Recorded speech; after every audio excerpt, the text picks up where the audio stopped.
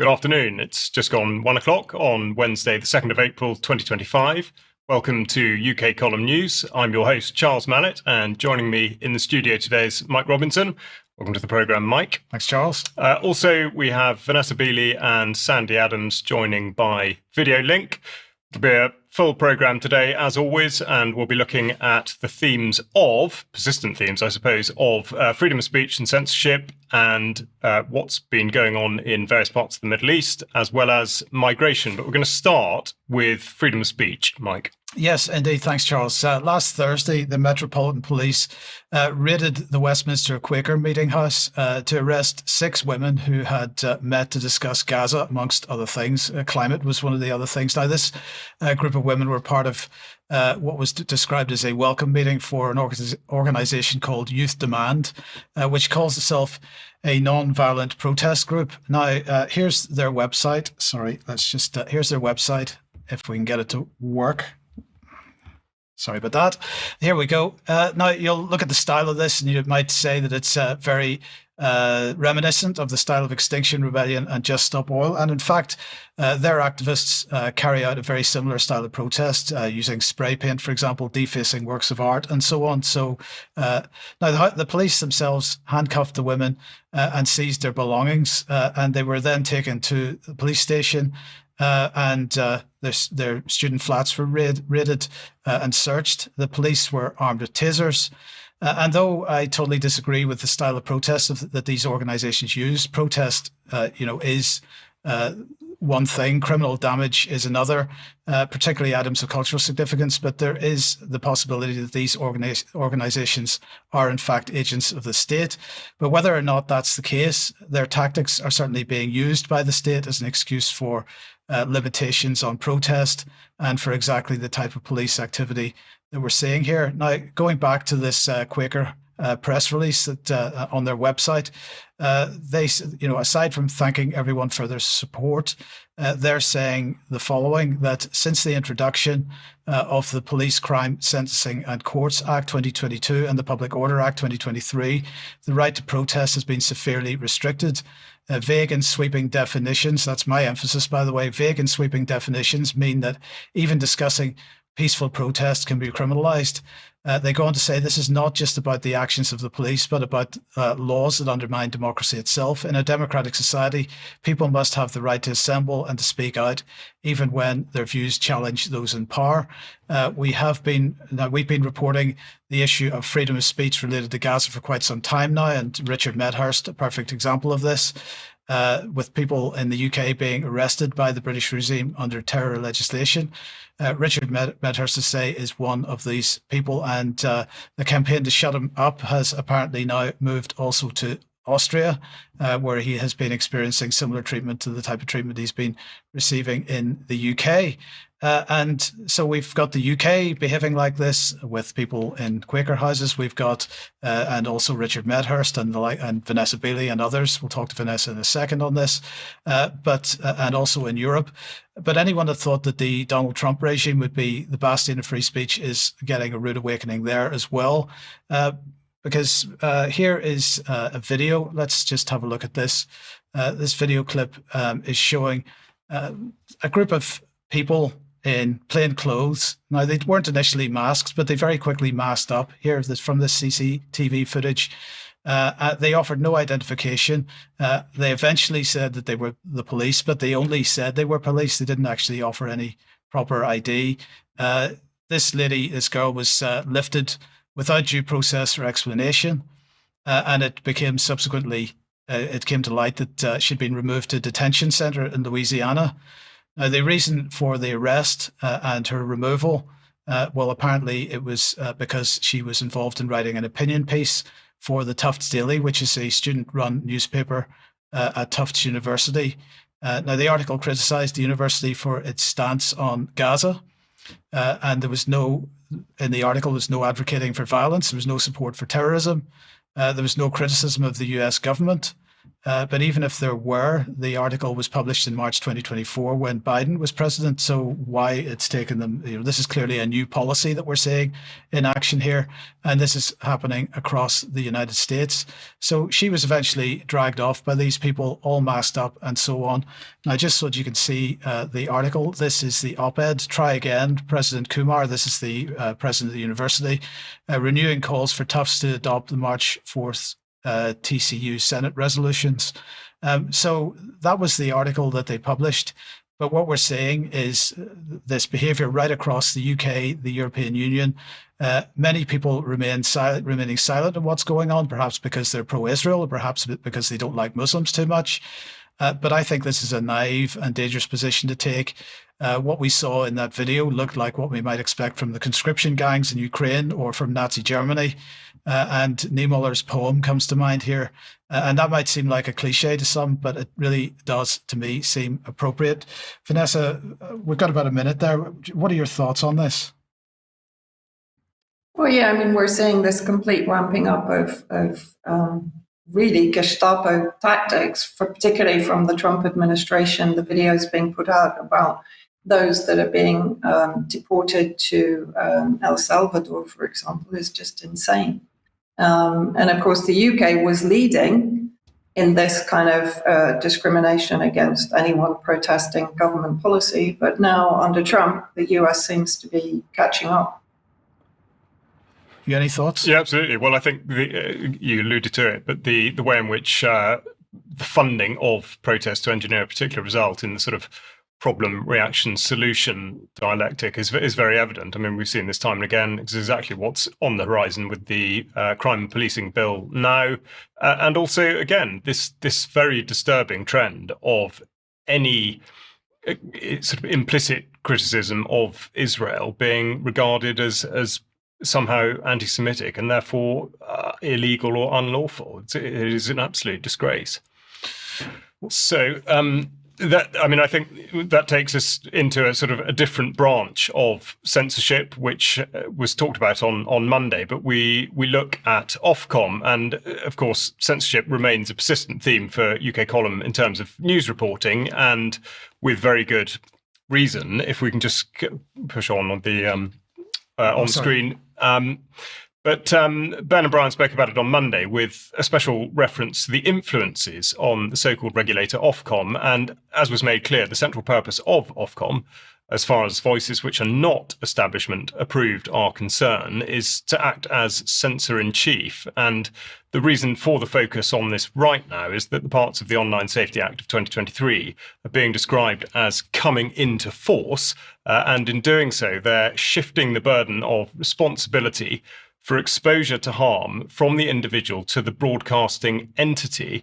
So we see here that Ofcom says that as of the 17th of March, Ofcom can now enforce against the regime. Now, not only are they able to make content providers aware of their supposed duties, but they're also empowered to enforce against the regime, as the slide shows.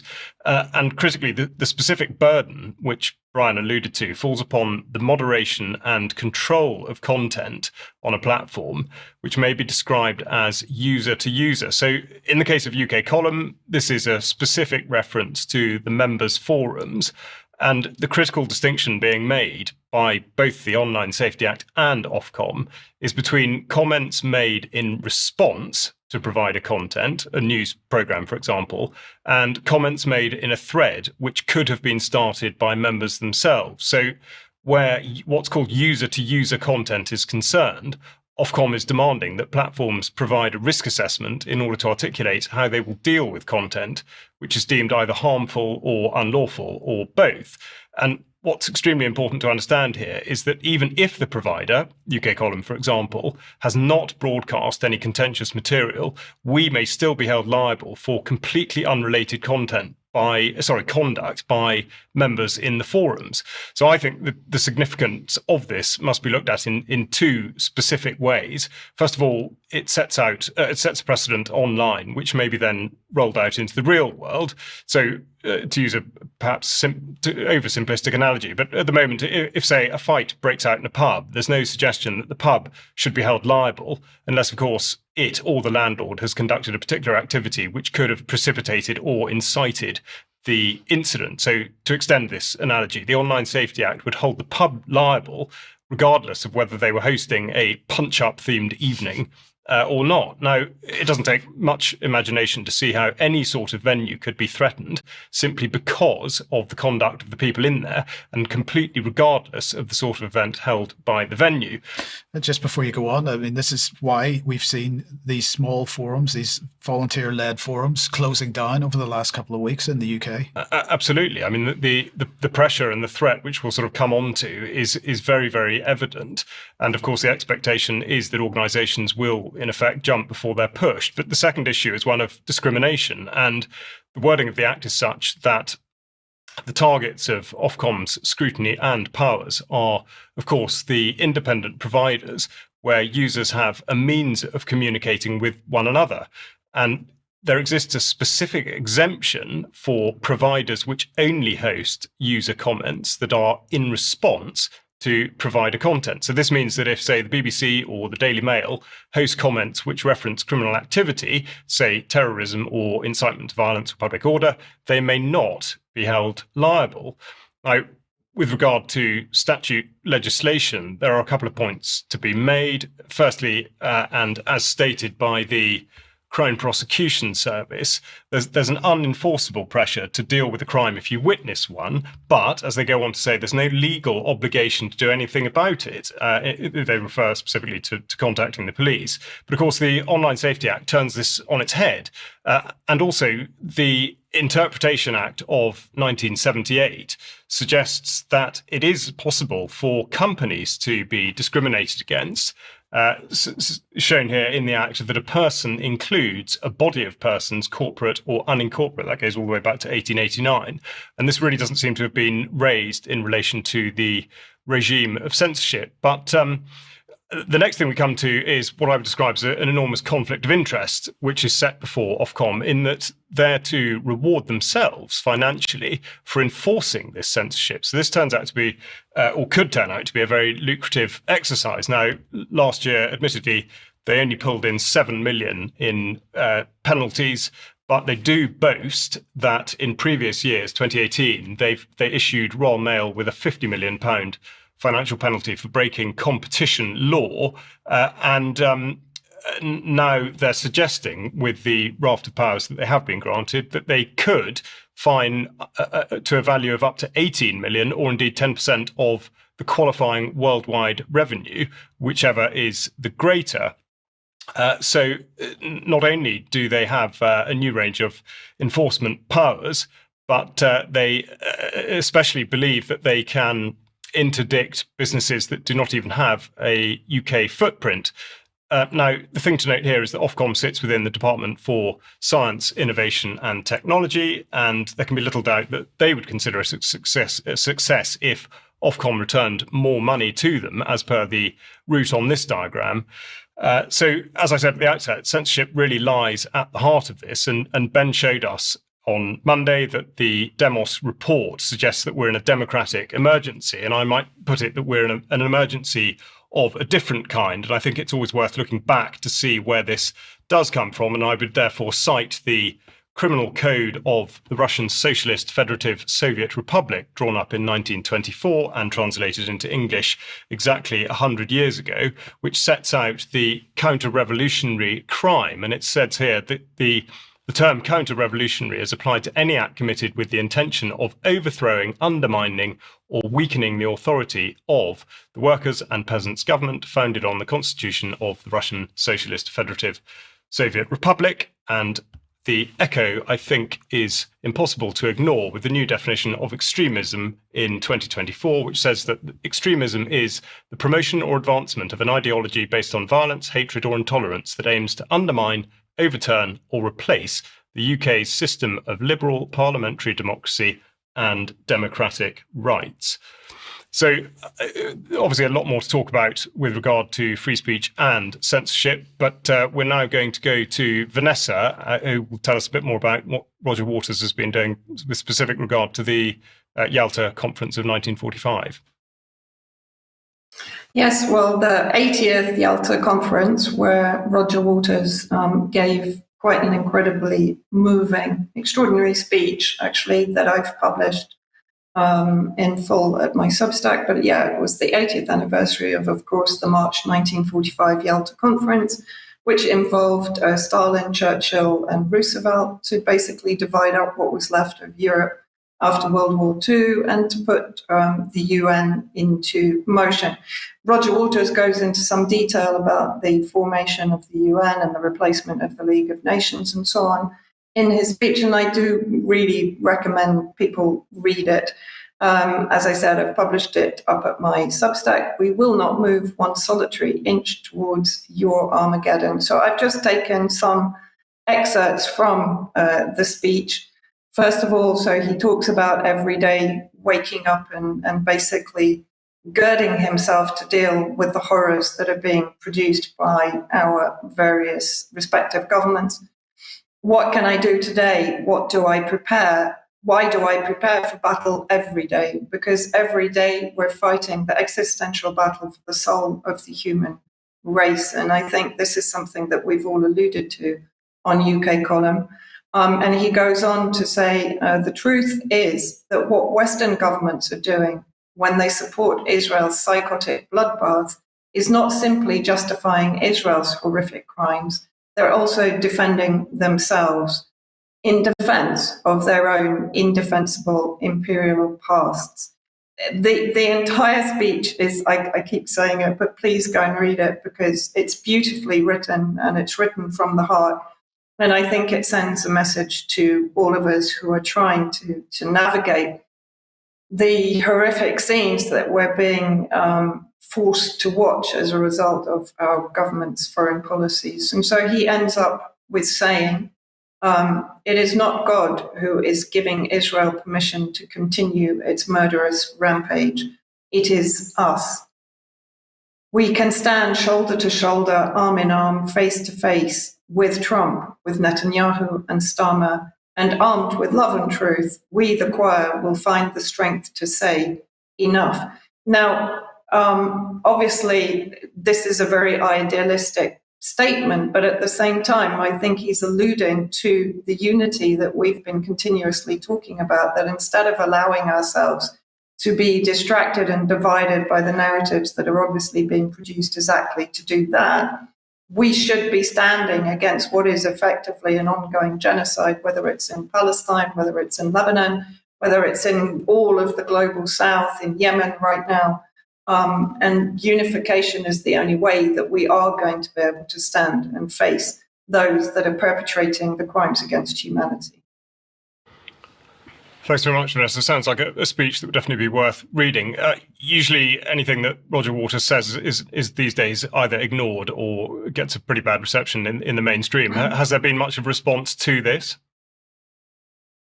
No, not that I've seen, actually. I've just been sort of reading through the speech this morning. It's getting a good reception, of course, on various social media platforms, but I'm quite sure he will come in for some flack at some point, probably more from the Trump administration than anywhere else. If you remember, it was Robert Kennedy Jr. who led the attack against him previously. Absolutely, indeed. Vanessa, thank you very much indeed. Now, we're going to come to Sandi, who spoke last week about it's a couple of weeks ago, I think now, about sanctuary cities. So I think you have an update for us, Sandi. Yes, I mean, following on from last week's article I did on Monday on sanctuary cities, Yeah, on Monday evening, Weston-super-Mare Town Council voted 11 to, I think it was 11 to 14, to become a city of sanctuary, despite growing concerns from the people of Weston. About 200 people turned up at the town hall to raise their concerns, and it was deemed a protest, which I thought was quite interesting, by the council. I mean, these are just concerned citizens worried about, whether the town can sustain this amount of people. So there'd been no public consultation on this, and there was a motion in place to defer the vote, which was overruled. So people keep asking, what's going on? I mean, Starmer vowed to smash the gangs, right? And so far, we're just seeing no attempt to smash these so-called gangs bringing in the boats. And it's causing massive division here. I mean, that's the problem.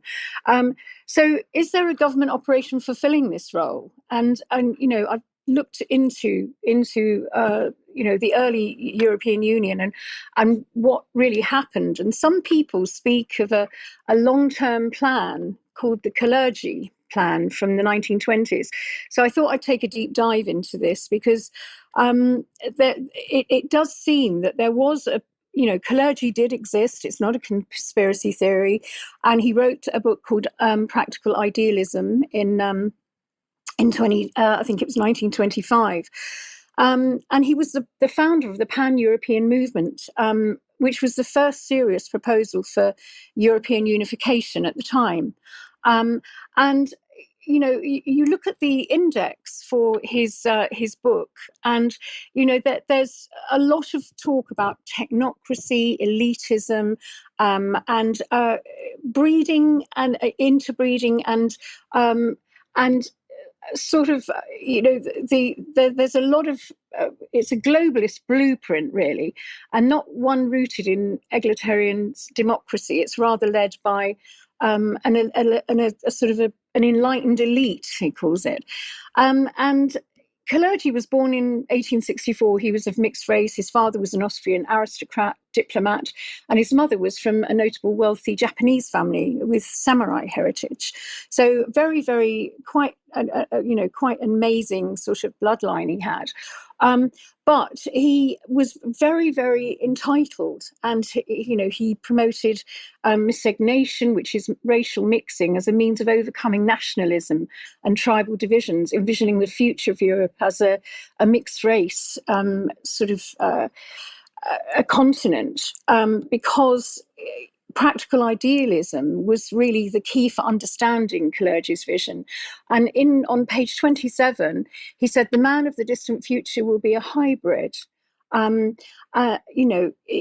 He said today's races and classes will gradually disappear due to the elimination of space, time, and prejudice.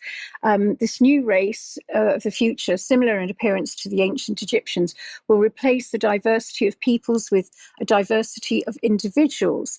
Well, it's quite an interesting concept. He was never really, he didn't call it a plan himself, but what happened is it was adopted by the architects of the European Union later.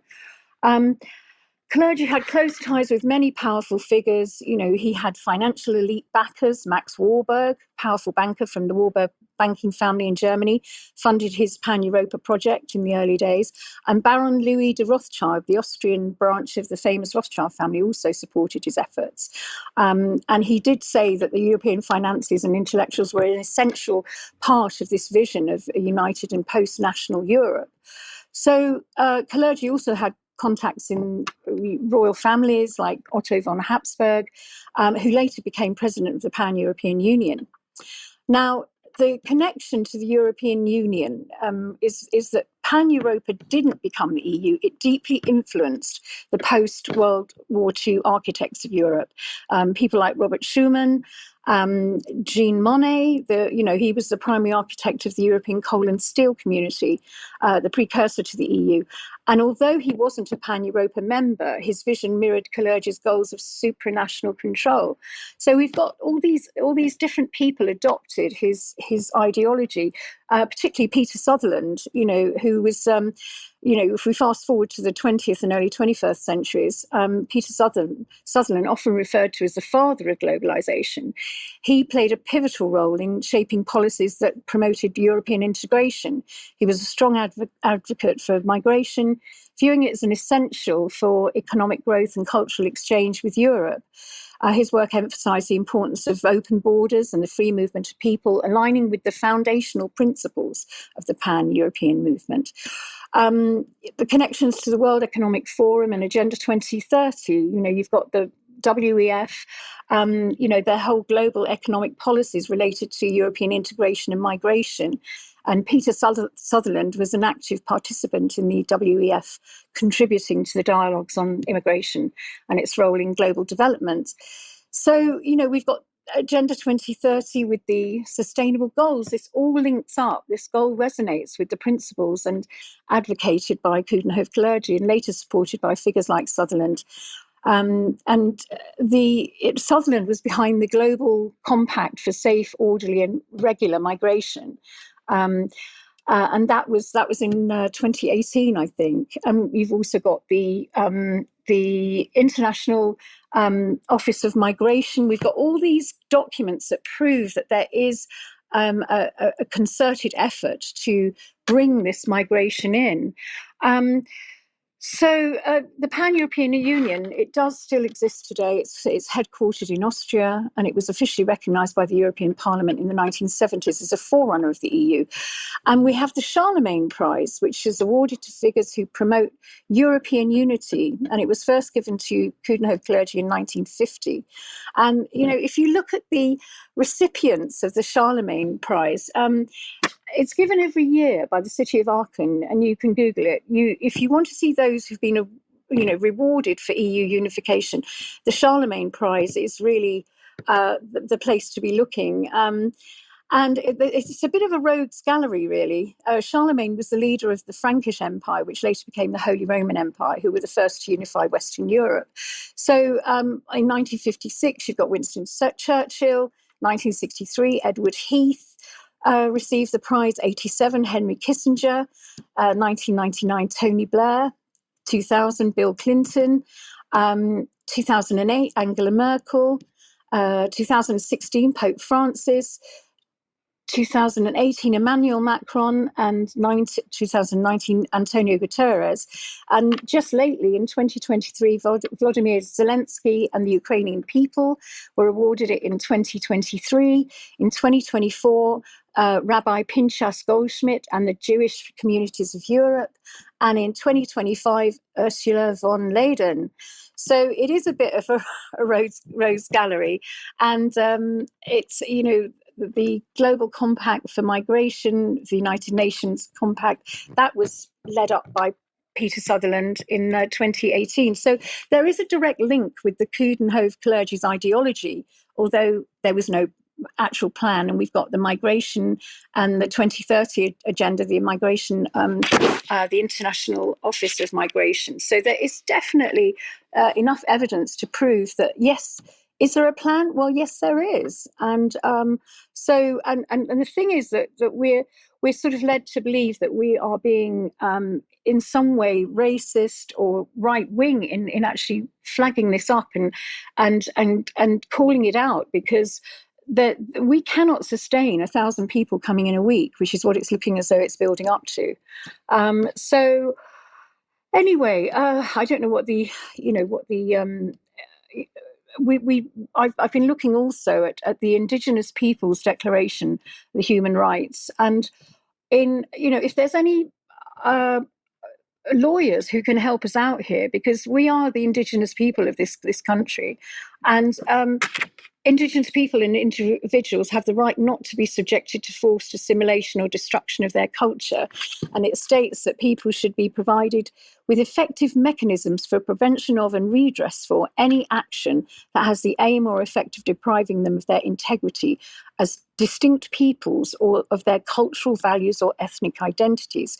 Any action which has the aim or effect of dispossessing them of their lands, territories, or resources, any form of forced population transfer, which has the aim or effect of violating or undermining any of their rights, any form of forced assimilation or integration, any form of propaganda designed to promote or incite racial or ethnic discrimination directed against them. So, this is Article 8 of the Declaration of Indigenous Peoples. So, if there's any lawyers out there who can sort of shine some light on that, because I think we're going to need to be able to fight back on this, because it's getting it's such a hot topic at the moment, and it's just being brought in against the wishes of the people. So the wishes of people everywhere, Sandi, because of course it's not just in Europe or in the UK. It's let's move an entire population out of a part of the Middle East into some desert somewhere. It's right across the world this is happening, and it is an area that needs to be looked at. It is, the wishes of people ignored across the board. Plenty to continue with there. Now, if you like what the UK column does and you would like to support us, there are many ways in which you could do that. So please take a look at the website where you can make a donation. You can join as a monthly member or an annual member, or indeed a lifetime member. You can also go to the shop and look at a great range of UK column merchandise, or buy one of Clive de Carle's products, from which we receive a small percentage. Now, the critical part with all of our content is please that you do share it, because we are, as described in this programme, heavily censored. So you are, in effect, the algorithm for us. Now, a reminder that our first live event of this year starts on Saturday, the 5th of April in Cheltenham. Unfortunately, tickets for in-person seats have closed now, but don't worry, because you can join us on the live stream. And we very much hope that you will. Also, a reminder that you do not have to be watching the live stream as it goes out. You have access to it thereafter. So please consider that. Not many days to go. Now, tomorrow we have an interview going out with Carl Schwartz, an interview that Brian has conducted. He's the author of One Way Ticket to Crawford, Texas. A conservative Republican speaks out. And this concerns the attack on the World Trade Center, a day that few people can forget.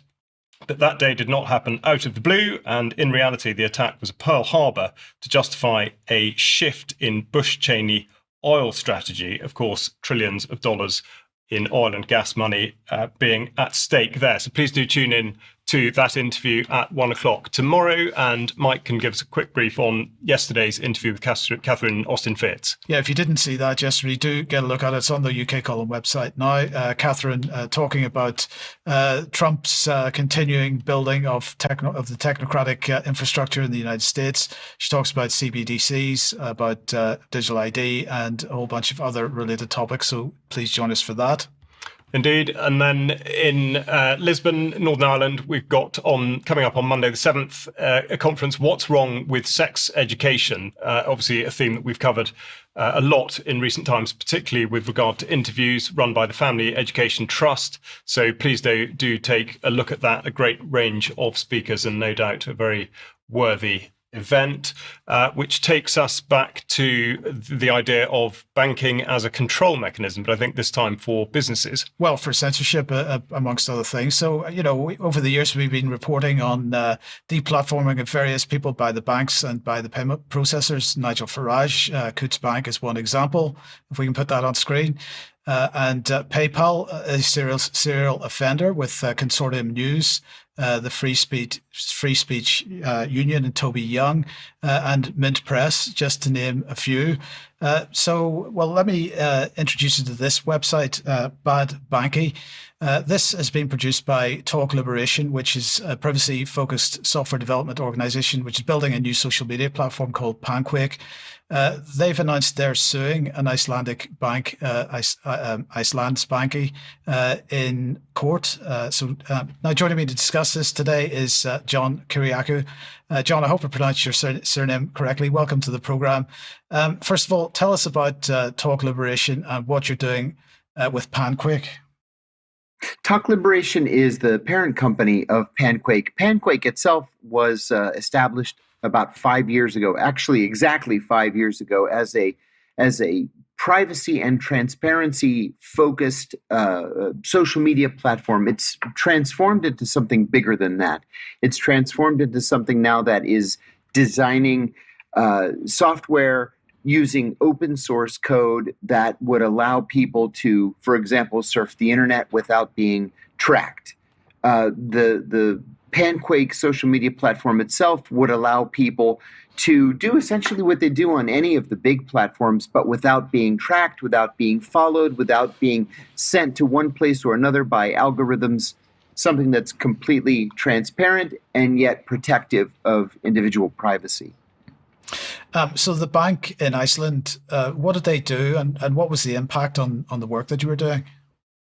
Well, back in 2002, the bank here in Iceland, Iceland Banki, arbitrarily, capriciously, simply froze Panquake's accounts without any explanation. It froze the accounts, which in turn froze the seed money, which in then turn froze development of all these wonderful products and services that the company was developing. They did this under counterterrorism and counter money laundering laws, but didn't provide any explanation. And then finally, just as arbitrarily, lifted the freeze and let the money go, which, when you think about it, is almost an admission that they did so improperly in the first place. So when you say they let the money go, did they reinstate your bank account, or did you have to get a bank account somewhere else? They reinstated the bank account, again, without any explanation at all. And so what we ended up doing at Panquake was hiring WikiLeaks attorneys here in Iceland to go after the bank. You know, at the very least, we want an explanation as to why this happened, why they would interfere, and who put them up to it. Was this a decision that was taken by the bank itself? Was it taken by the Icelandic government? Was it taken by a foreign government or foreign entity asking the Icelanders to do such a thing? We just don't have any answers to these questions. And I mean, holding on to somebody's money for 9 months, clearly intended to put them out of business. How have you managed to keep going, or how did you manage to keep going over that period of time then? Yeah, that's a great question. We were very fortunate to have investors who really were committed to the company. And so the money additional money was able to make its way in, and we continued development. In fact, here we are, despite this setback, this multi-year setback, and we have almost 24 employees. Coding continues on, and we're ready to come out with multiple products. So what kind of legal action are you intending to take? Well, we're suing the bank, and I have to be honest with you, this has been a learning experience for me personally. I'm American. I'm not used to the Icelandic method of justice. I only learned recently when I went to one of the preliminary hearings here in Reykjavik that the justice system here is set up on what they describe as the German model. So there's no discovery in the American sense, in that you can't have the judge command that the other side turn over relevant documents, for example. You almost have to have a premonition that there are documents out there related to the case, and you have to specifically ask for them. And then you go into court and you say, we want documents A, B, C, and D. The judge turns and says to the other side, do you have such documents? They say yes or no. If the answer is no, then you're out of luck. If the answer is yes, you may get your documents. So it's very drawn out, and it's almost as though the deck is stacked. But it also then gives you a sense of how right WikiLeaks was to finally force a settlement in its case, and how right so far Panquake is that the bank backed off in the first place and released the funds. So are you optimistic? We are optimistic. You know, the thing is right and wrong is wrong. And we knew from the beginning that we were right. We knew that there were powerful forces against us, whether they were here in Iceland or in the United States or in Europe. We knew we would have to fight these fights. And these fights have presented themselves. We have won so far. we are willing to not just go forward here in Iceland, but go forward until the bitter end. And we're confident we're going to come out ahead. Okay, well, we'll wish you all the best on that. I'm going to say, John, thank you very much for joining us today. Details of the websites will be in the show notes, of course, and hopefully we'll hear more from you in the not-too-distant future. So thank you for joining us. Indeed, thanks so much for having me. Thank you, John. Thanks, Mike. No, we'll go back to Vanessa, where we will look at how the Trump regime continues to stir things up in Yemen. Yeah, Trump is saber-rattling all over West Asia and, of course, with Iran, but particularly in Yemen. So this is what he put out a couple of days ago. The Iran-backed Houthi terrorists have been decimated by the relentless strikes over the past 2 weeks. Many of their fighters and leaders are no longer with us. We hit them day and night, harder and harder. Their capabilities that threaten shipping in the region are rapidly being destroyed. Our attacks will continue until they are no longer a threat to freedom of navigation. Quite extraordinary that this is how he's framed it. The choice for the Houthis is clear: stop shooting at US ships and we will stop shooting at you. Otherwise, we have only just begun, and the real pain is yet to come for both the Houthis and their sponsors in Iran. So the usual belligerent hubris there from Trump. He then also has posted on X about a telephone call with President El-Sisi of Egypt, which he says went very well. We discussed numerous topics, among which was the tremendous military progress. I'll underline that we have made against the ship-destroying Houthis in Yemen. Also discussed was Gaza and possible solutions, military preparedness, etc. Now, of course, we know that Trump has been putting pressure on both Egypt and Jordan to basically take in enforced Gazan refugees, while the genocide by Israel is being ramped up since. Of course, Trump has provided them with the bombs that were actually frozen under the Biden administration. But however, what Trump is doing in Yemen, of course, is that he's using the B-2 bombers that were deployed to Diego Garcia Island that we talked about last week to bomb effectively civilian infrastructure, while claiming, of course, to be targeting the underground manufacturing facilities in Yemen of weapons and missiles. And in the most recent bombing campaign, which was yesterday by the US and the UK, Al Mayadeen's correspondent says that the US airstrikes target the Water Authority building in Al Mansouriya district, southeast of Hodeidah province, which is on the western coast of Yemen on the Red Sea. And of course, this is what the US does traditionally. It's what Israel has been doing, both in Syria and in Lebanon. But the fact that Trump is claiming overwhelming force is bringing him victory against Yemen is effectively being contradicted by the reports being put out by both partisan media with the resistance and by the Yemeni military spokespeople. So first of all, the Yemeni armed forces have claimed to have targeted US carrier E-2 AEW aircraft, which is their early warning airborne aircraft, which provides them with critical intelligence on potential threats to the USS Truman, and provides them with essential surveillance and tracking. Now, that plane is deemed to have been damaged beyond repair by the Yemeni military. It's also notable that even in American media and even American military experts have been putting out statements confirming basically that Yemen is giving them a pretty hard time on the battlefront. And more recently, Yemeni forces engaged in 3 battles with the US Navy. This is another statement by General Yahya Sari, who said that Yemeni attacks against US Navy vessels will continue to escalate progressively. And of course, we need a reminder, I think, why Yemen began this blockade of the Red Sea. Of course, it was under the Article 1 and 2 of the Geneva Convention on Genocide to both prevent and punish genocide by the Zionists against the Palestinians, both in the West Bank, but particularly in Gaza.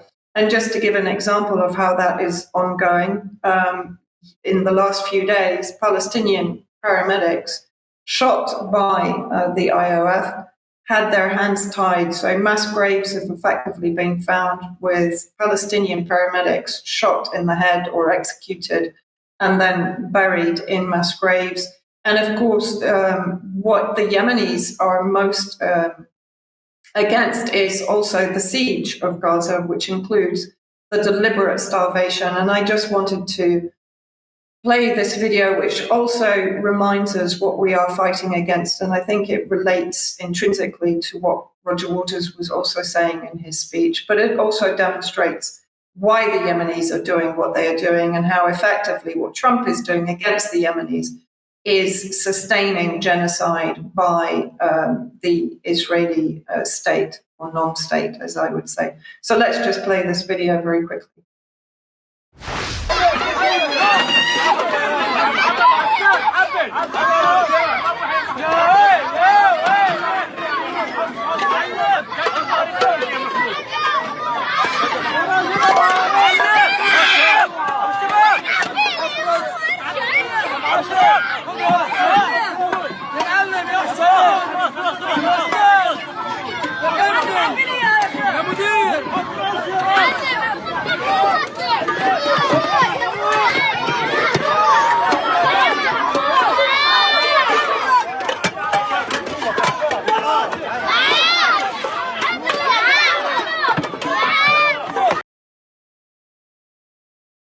So this is effectively what Trump is defending with his mass deployment to Diego Garcia and his bombardment of Yemen.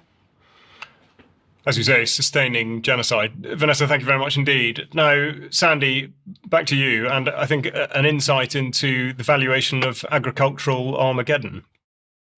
Yes, another nail in the coffin for, it seems to be the destruction of British farming yet again.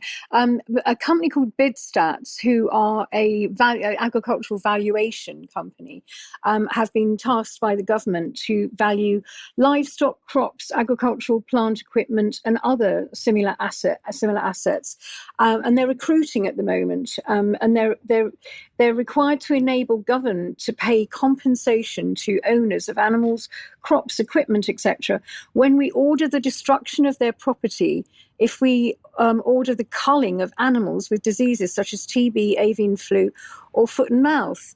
So this is an absolute admission that it's farm seizure, really, of equipment, livestock, and the destruction of farming. So it's very interesting. They've put up an advert that they're recruiting for valuers now to do this stuff. And it's they've renewed their contract, and this is the renewal of that contract, 2025 renewal of that contract. So this is what we're looking at. If they push through the fake PCR tests and good, healthy cattle, potentially could die because they're just literally going for the farmers and going for the livestock and the equipment. So I just feel that needed flagging up. I did put it on X, and quite a few people have picked it up. But this is another reason why farmers really should be looking at whether they allow this to happen. Do they just say no? Because I can see this as being potentially a massive nail in the coffin of the agricultural industry. Indeed, yes. I mean, redolent of the preparations in 2000 for what was described as an outbreak of foot and mouth in 2001, as documented in Slaughtered on Suspicion on the UK Column website. Sandi, thank you very much indeed. Now, that moves us, again, away from the land, but into the arena of gene editing. And on Monday of this week, the Delegated Legislation Committee of the House of Commons debated the draft genetic technology regulations, the secondary legislation on what is described as precision breeding. And this follows the General Act of the same name of 2023. The Permanent Undersecretary, Emma Hardy, describes the draft as an enabling regulatory framework, which brings to mind the compromise and corruption of the MHRA a connection which is more relevant than ever, considering that we're looking at altering the genetic makeup of organisms. DEFRA is trying to sell this as a technology which reduces costs to business and encourages innovation and investment in the development of precision-bred organisms. At the same time, it's insisting that the proposed regulatory approach will be more proportionate to risk, but it's not quite clear more proportionate than what. Unwilling to concede that there may be any downside to this technology, DEFRA goes on to suggest that gene editing could help to develop crops with improved nutritional value, resistance to disease, and resilience to climate change. Note the word could.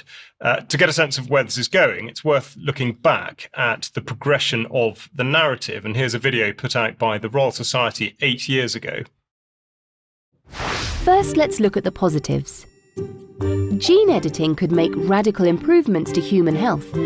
For example, in 2015, doctors used genome editing techniques to cure a baby girl's leukemia. In the future, we may be able to fix the gene mutations that predispose some people to cancer, or enable new therapies for HIV, or edit the genes that cause hereditary diseases. In the plant world, it could make crops more nutritious, disease-resistant, and able to grow in difficult conditions. By editing animals' genes, we could help them resist diseases. Scientists are currently working to edit the genes of mosquitoes to prevent them from carrying malaria. So genome editing has enormous positive potential. But what about possible downsides? Genes could be edited in early human embryos to alter characteristics such as eye colour that have no bearing on health. This raises the possibility of designer babies. And changing an embryo's DNA would not only affect the child, but their descendants too. These same techniques could also be used to create designer pets or develop more virulent microbial diseases. So, alongside the many benefits of genome editing, there are also some ethical and societal concerns to consider. The technology is already in our hands.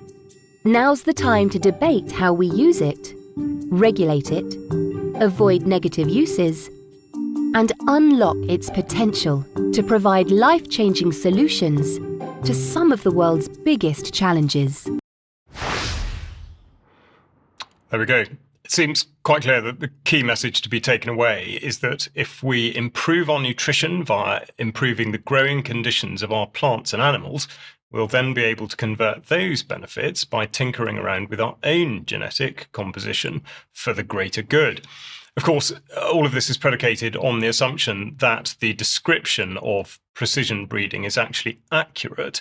And as it stands, we're told that the results of gene editing may only contain genetic features that could have resulted from traditional breeding processes, and that the editing itself is just an acceleration of other processes. So even if taken at face value, the law of unintended consequences will have its part to play, and this means that nobody can possibly know the medium to long-term outcomes. What is barely ever referred to is the response of the environment to the precision-bred organism. The focus is always on the breeding technology and not on the consequences to the food chain either side of the organism in question. Now, the reason for making this point is that it's always stated as an absolute truth that gene editing should be regarded as completely separate from the modification of genetic organisms, in that GMO may introduce genetic material from unrelated species, but given the complete uncertainty over the outcomes and the constant use of conditional language such as could, this distinction is semantic rather more than legitimate. Anyway, back to Parliament. Emma Hardy attempted to brush off the work of the Secondary Legislation Scrutiny Committee of the House of Lords, which had written in late March that this is a, quote, complex and sensitive policy area about which there are strongly held views, and that concerns have been raised about the lack of labelling requirements, despite apparent strong consumer preferences for mandatory labelling of products containing precision-bred organisms, and the impact of the new regulatory approach on trade and on organic producers, End quote. This roughly translates as a deeply held suspicion by the public, both of the products themselves and the way in which the government may manipulate outcomes for consumer and producer alike. The other focus for the messaging on this debate is that the only reason animals are succumbing to the well-publicised diseases such as foot and mouth, blue tongue and bird flu is that the animals themselves are defective and in need of updating or upgrading. This has the twin effect of ignoring the conditions that they're kept in, as well as impregnating the public consciousness with the idea that eliminating disease via gene editing is something which could and should be applied to humans too.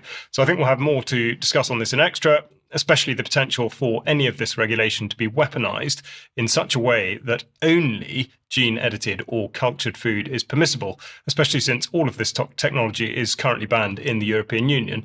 And finally, of course, there is the question, which is almost never asked, what if things do not turn out well? How does DEFRA or anyone else reckon on stuffing the genie back in the lamp? Here a piece from the Health and Safety Executive about an accidental release for a GMO, admittedly significant and unintended release of GMO, and which presents an immediate or delayed risk to human health or the environment.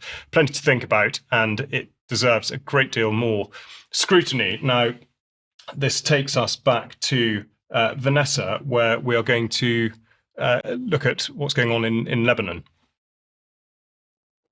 Yeah, Israel yet again violating the ceasefire and the UN resolution 1701 by bombing north of the Litani River. This is from Halajaba on X. Israel bombed Beirut again. This was yesterday at 4 a.m. Twice in 1 week at 4 a.m. while people slept and there was no warning. Warplanes struck a building in the southern suburbs, no warning and no justification. 3 people, including a woman, I think that's now 4 people, I think one person succumbed to their wounds, were killed, 7 others were injured. Once again, Israel brazenly violates UN Resolution 1701 because impunity is the only rule it follows. So let's have a look at the first attack that she's talking about. This warning was actually put out by the Zionist military, basically an urgent warning. This was in the middle of the day on Monday, and the red square there is the building that was supposed to be evacuated, but you can actually see that there were 2 schools in very close proximity, the Lycée des Arts and St. George's School, and there was actual mass panic because the children in those schools had very, very little time to be evacuated. There was footage of children panicking and screaming, trying to leave the school in time before the adjacent building was bombed and obliterated. And this is a very short video of the attack at 4 a.m. yesterday morning. As you can imagine, this is showing the damage to the building. But this was at 4 a.m. when people were fast asleep. And as a friend of mine said, she woke up, she wasn't aware it had been happening, but she was receiving hundreds of texts at that time of the morning. This is in southern Beirut. Nabi Berri, who's a parliament speaker, he says it quite succinctly. Above all, this is an Israeli attempt using fire, blood, and destruction to assassinate the UN Resolution 1701 and undermine its implementation mechanism, which is included in the agreement. Lebanon has fully complied with it, and that, of course, includes Hezbollah. And I think what's also particularly interesting, in addition to Israel effectively bombing Lebanon with impunity, satellite images, which have actually been released by the New York Times of all media outlets, reveal a growing network of Israeli outposts in both Lebanon and Syria. And if we have a look at one of the photos in the NYT article, you can see the extent to which Israel is effectively digging into southern Syrian territory and also into southern Lebanese territory. Although as part of the ceasefire, of course, there should have been full withdrawal of Israeli forces. And in fact, the exact opposite to that, this was actually on my Telegram channel yesterday towards the end of the afternoon. In the past 2 hours, enemy Israeli attacks targeted several border areas. Machine gun bursts targeted the southern outskirts of the town of Aitarun. more machine gun bursts in the vicinity of other towns in the south and in Chiba. And then basically, along with the machine gun sweeping operations, with the sounds of Israeli tanks moving into southern Lebanon. So this is in direct violation of the ceasefire, of course. And then on top of that, let's just have a look at this section from the article in the NYT, which shows very clearly the red circle is the area that I've just been talking about, where Israeli tanks are basically coming into Lebanese territory. But you can see very clearly there, I mean, if you freeze frame and have a look at the photos or go to the article, which will be in the show notes, you can see the development of effectively settlements by Israel, both in southern Lebanon, by the 5 highest points that we've talked about many times on UK column, and in southern Syria, extending towards southern Damascus, the suburbs of Damascus. So, Israel continues with impunity, bombing civilian residential areas, violating ceasefires, as of course it's always done in Palestine. And Trump is doing absolutely nothing to stop it. In fact, what he's doing is, as we said, sustaining the criminality of Israel. Indeed, yeah. Unfortunately, very consistent in the way that they conduct themselves, at least the Trump regime and indeed the state of Israel. Unfortunately, not time to go into that further now, but we definitely will in extra, so that we'll have to close the programme out there. But please remember the Catherine Austin Fitz interview from yesterday, and indeed to look forward to the Carl Schwartz interview going out at 1 o'clock tomorrow. Also, may I encourage you to go ahead and buy that live stream ticket for the Cheltenham event on Saturday, this Saturday. And again, to reiterate, you don't need to watch it at the time, but you will have access to it thereafter. So we'll look forward to seeing you either in person or indeed on the end of a live stream. So it just remains for me to thank Mike very much for being here in the studio with me, and Vanessa and Sandi for joining by live link, and indeed John Kiriakou for joining from Iceland. If you are a UK column member, please stay on the line and we'll see you in a few minutes for extra. Otherwise, the news will resume on Friday at 1 o'clock. See you then. Thank you very much. Bye-bye.